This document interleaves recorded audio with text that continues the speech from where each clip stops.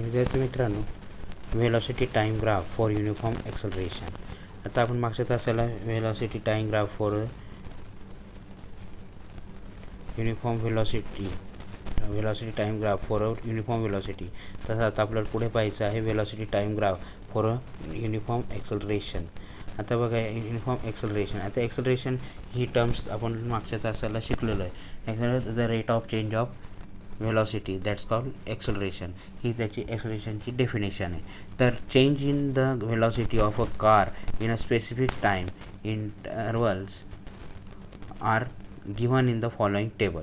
आता बघा, एक व्हेलॉसिटी चेंज होते, ती पण कशी चेंज होते किंवा त्या ठिकाणी स्पेसिफिक टाईम इंटरवलमध्ये, आणि त्याचा एक टेबल दिलेला आहे आणि त्या टेबलचा मी ग्राफ ड्रॉ केलेला आहे या ठिकाणी.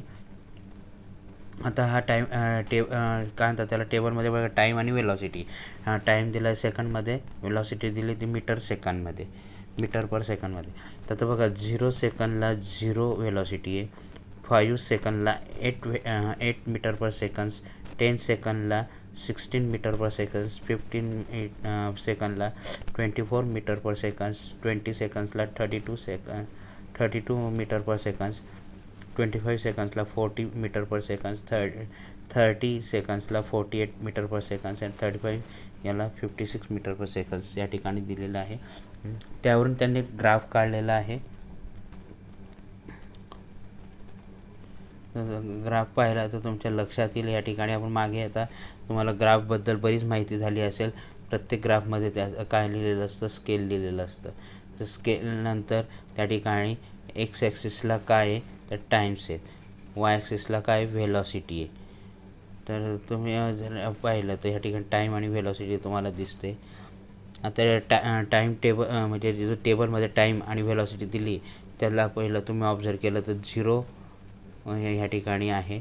ओरिजिनपासून सुरुवात आहे, 0 व्हेलॉसिटी इन अ 0 टाईम. नंतर काय म्हणतात त्याला 5 सेकंड्समध्ये 8 त्या ठिकाणी मीटर पर सेकंड्स व्हेलॉसिटी आहे. 10 सेकंड्सला 16 पर metre second velocity, 15 सेकंड्सला 24 metre per seconds आहेत. 20 सेकंड्सला 32 मीटर पर सेकंड्स आहेत. 25 सेकंड्सला 40 आहे. त्याच पद्धतीने 30 सेकंड्सला 48 आहे आणि 35 सेकंड्सला ते 56 मीटर पर सेकंड्सने या वेगाने त्या ठिकाणी गाडी चालते. आता हा जो काही ड्रॉ केलेला आहे तुमच्या एक लक्षात येईल की हा जो ड्रॉ केलेला आहे तर त्याची एक डॉटेड लाईन्स त्यांनी जोडलेला आहेत. एक 10 seconds in 16 metre per seconds अशा पद्धतीचं एक्सेलरेशन, आणि एक घेतलेलं आहे 20 seconds 32 metre per second velocity. त्या ठिकाणी हे दोन त्यांनी डॉटेड लाईनने जोडून घेतलेले आहे. वाय ॲक्सिसवरती एक्स ॲक्सिसवरती ए पॉईंट घेतलेला आहे, ए आणि बी जे काही स्ट्रेट लाईन ड्रॉ झालेली आहे ओरिजिनपासून त्याच्यावरती 2 डॉट घेतलेले आहेत आणि त्यांचा म्हणजेच काय एक्स ॲक्सिस 10 आणि वाय ॲक्सिसवरती 16 त्याला ए पॉईंट घेतलेला आहे. तसंच x axis 20 seconds and velocity 32 metre per seconds त्याच्यासाठी बी पॉईंट घेतलेला आहे. त्याच पद्धतीने पुढे जो काही पॉईंट दिलेला आहे तो म्हणजेच काय, या ठिकाणी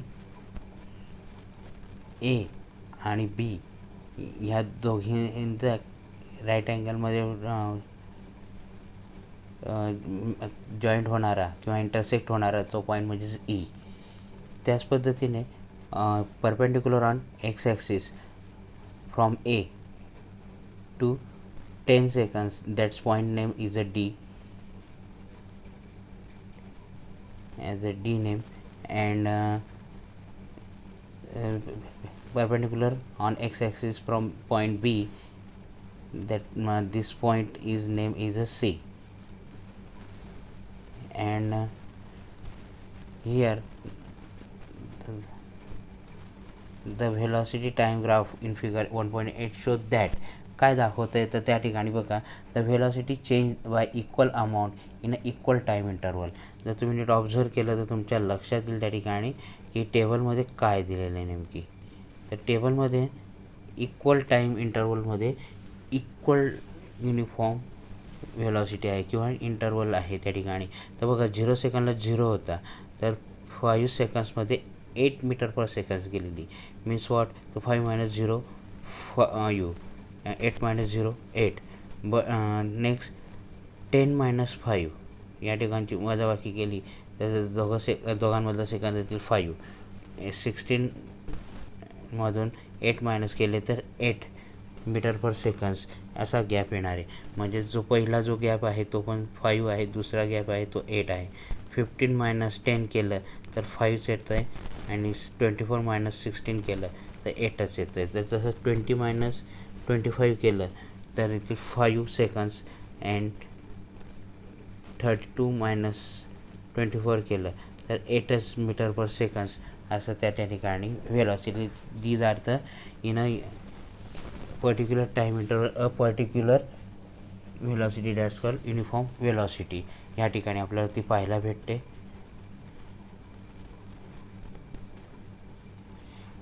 the velocity change by the equal amount in a equal time interval.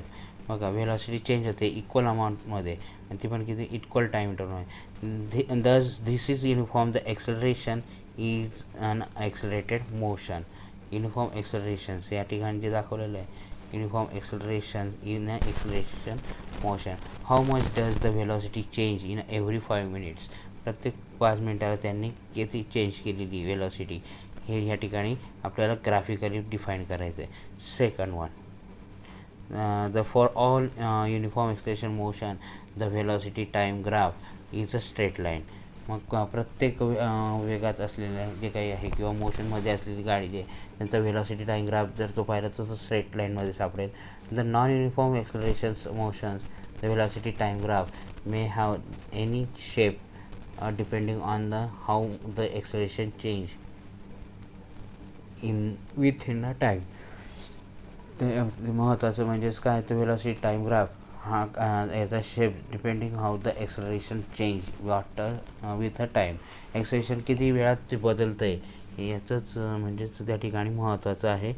तर नॉन युनिफॉर्म एक्सेलरेशनमध्ये तेच त्या ठिकाणी particular time interval particular velocity ती गाडी पार्क होत नाही किंवा पास होत नाही किंवा स्पीड त्या ठिकाणी कॉन्स्टंट नसतो. त्यामुळे त्या ठिकाणी त्याचा येणारा जो काही ग्राफ असतो तो नॉन मेटलचा हा डगमग स्वरूपाचा किंवा काय म्हणतात त्याला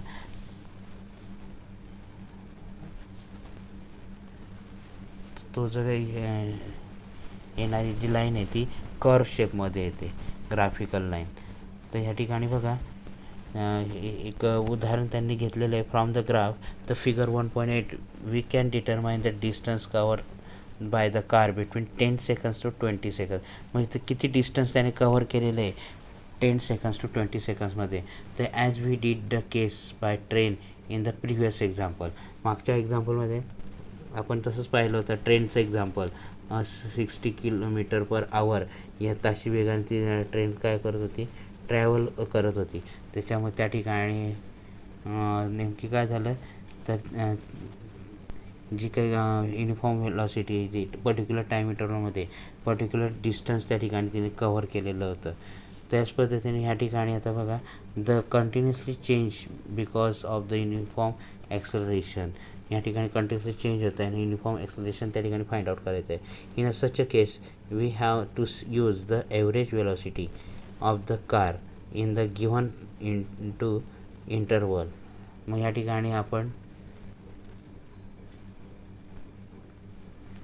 वी हॅव टू यूज या ठिकाणी काय वापरू शकतो तर average velocity of the car in the given time interval to determine the distance covered in the interval. ते डिस्टन्स कसं कॅल्क्युलेट केलं हे ह्या ग्राफिकली चा वापर करून आपण या ठिकाणी फाइंड आउट करू शकतो. आता आपण मगाशी जे काही ड्रॉ केले होते त्या प्रत्येकाचं या ठिकाणी काही डॉटेड लाईन्स या ठिकाणी दाखवलेली dotted line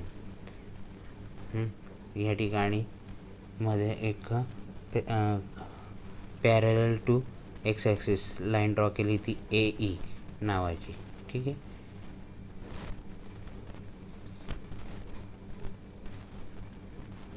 but the continuously change because of the uniform acceleration. In such a case, we have to use the average velocity of the car in the given time interval to determine the distance covered in the at that time interval. म्हणजे त्या ठिकाणी यांनी assume केलेलं आहे आणि त्याची average velocity या ठिकाणी फाइंड केली. तर find the graph the average velocity of the car. मग किती होती? द ॲव्हरेज वेलॉसिटी 32 आणि 16 या दोघांची बेरीज divided by 24 meter per seconds. Multiplying this by the time interval, that is 10 seconds, given us the distance covered by the car. त्या ठिकाणी ती जी काही मल्टिप्लाइंग दिस टाईम इंटरवलमध्ये असलेली जी काही multiplying by the time interval, त्या ठिकाणी टाईम इंटरवलने दोघांना मल्टिप्लाय केलं तर 10 seconds given as the distance cover by the car आणि 10 सेकंदाचा त्या ठिकाणी वापर करायचा आहे. Distance cover the 24 metre per second is 10 seconds per 24 metre. त्या ठिकाणी सेकंड गेट कॅन्सल झालं आहे आणि 24 मीटर पर सेकंड त्यांनी कवर केलं तर त्याला मल्टिप्लाय 10 सेकंड्स. तर बघा check that the similar to the example of the train. The distance covered by is given by the area of a quadrilateral ABCD. आणि ह्या ठिकाणी जे काही वापरलेलं आहे तर क्वाड्रिलॅटरलचा वापर केलेला आहे या ठिकाणी. आता AECD ह्या ठिकाणी काय म्हणतात त्याला एक ब्रॅकेट म्हणून काम करते आणि राईट अँगल ट्रायंगल BEA या ठिकाणी एक राईट अँगल ट्रायंगल त्या ठिकाणी तयार झालेला आहे. हा जो काही तयार झालेला तो एक टाईम इंटरवल तयार झालेला आहे आणि AE हा एक स्क्वेअर किंवा क्वाड्रिलॅटरल एक तयार झालेला आहे. आता बघा या ठिकाणी check the similar the example of the train the distance cover in the given by the area of quadrilateral ABCD. तर ABCDचा क्वाड्रिलॅटरल त्या ठिकाणी area of ABD is equal to, आता डायरेक्ट ABDचं आपण त्या ठिकाणी क्वाड्रिलॅटरल्स म्हणजे ड्रॉ करून काढू शकत नाही. म्हणजे A to B, B to C, C to D आणि A to D हा जो काही क्वाड्रिलॅटरल आहे याचा एरिया फाइंड आउट करण्यासाठी आपल्याला पहिले याचे एक ॲझ्युम करावा लागेल. तो म्हणजेच काय तर पॉईंट A आणि E हे कन्स्ट्रक्शनमध्ये जोडायचे आहेत. त्याच पद्धतीने CD आणि AB यांचं या ठिकाणी मोजमाप करून या ठिकाणी काढलेलं आहे. तर ते बघा या ठिकाणी दिलेलं आहे ते म्हणजेच किती तर area of ABCD is equal to area of AECD, area of ABE त्या ठिकाणी कॅल्क्युलेट केलेलं आहे आणि हेच उत्तर त्यांनी फाइंड आउट केलेलं आहे ते म्हणजे किती 24 मीटर. ठीक आहे. बाकीचं पुढच्या तासाला पाहूयात. Okay, good day, good bye.